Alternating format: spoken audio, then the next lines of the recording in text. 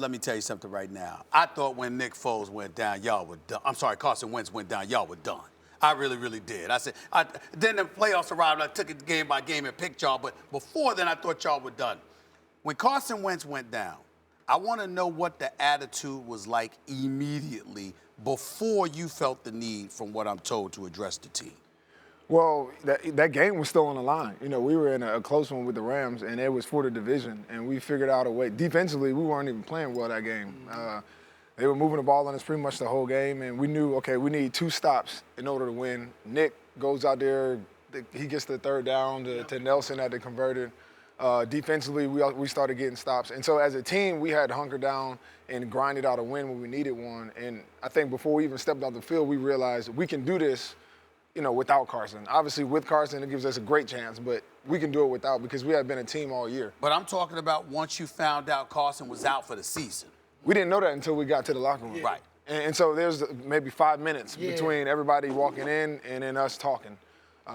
And so it was one of those things that immediately that was the reaction. It was for me to just tell everybody, look, our plans are still the same. Don't let people come in the locker room and tell you who you're going to be.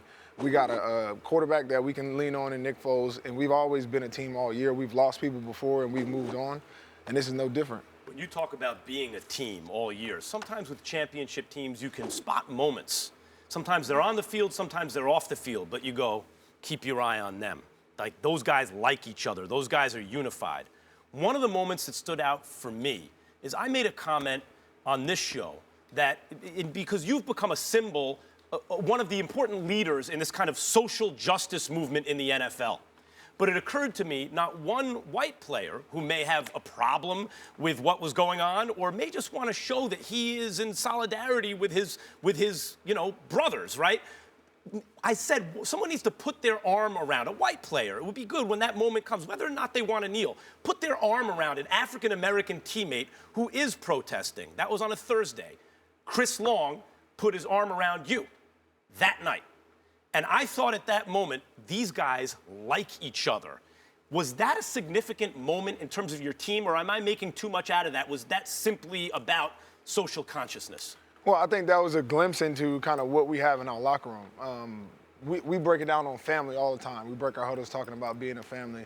And this is really the first team I've been on that embodies that in every aspect of our lives, not just on the field, but off the field, we also support each other. And obviously, all the things I've been involved in with activism and all of that, Chris is just one of those exceptional men where if he sees an issue or sees something he wants to support, he'll do that in a way that's unique to him. He wasn't going to hijack the protest or make it about him. But he's going to stand with his brothers. And he's obviously been a great addition to the locker room, on the field, off the field. He's been a veteran and obviously a great friend of mine, and we appreciate him. As this man's teammate, along with the rest of the Philadelphia Eagles, from your vantage point, what was this year like in terms of the challenges that y'all faced, not just on the field, but because of the issues guys like him and others were willing to partake of?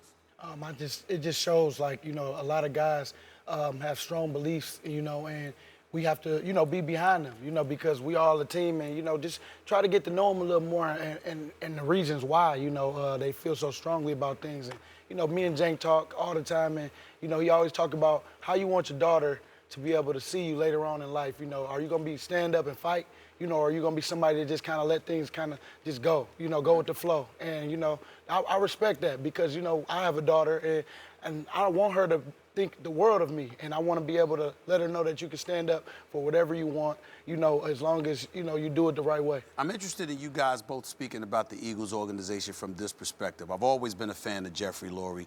He once called them the gold standard. I said, you don't have the gold. That was the only problem with it. Can't say that now. Congratulations, Jeffrey Lurie. But here's the deal. We see a guy like Jerry Jones who was outspoken. We heard about Mr. McNair. He was outspoken.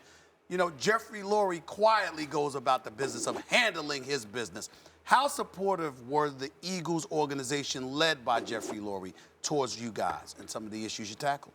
They've been a great resource for us. They haven't shied away from us using our platforms to talk about things. They're not trying to, shush us or anything like that.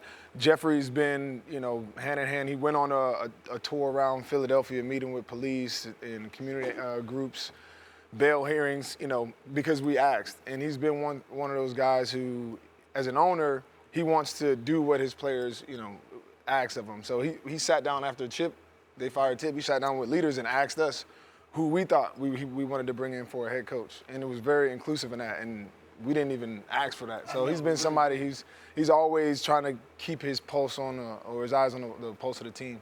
Go ahead, Max.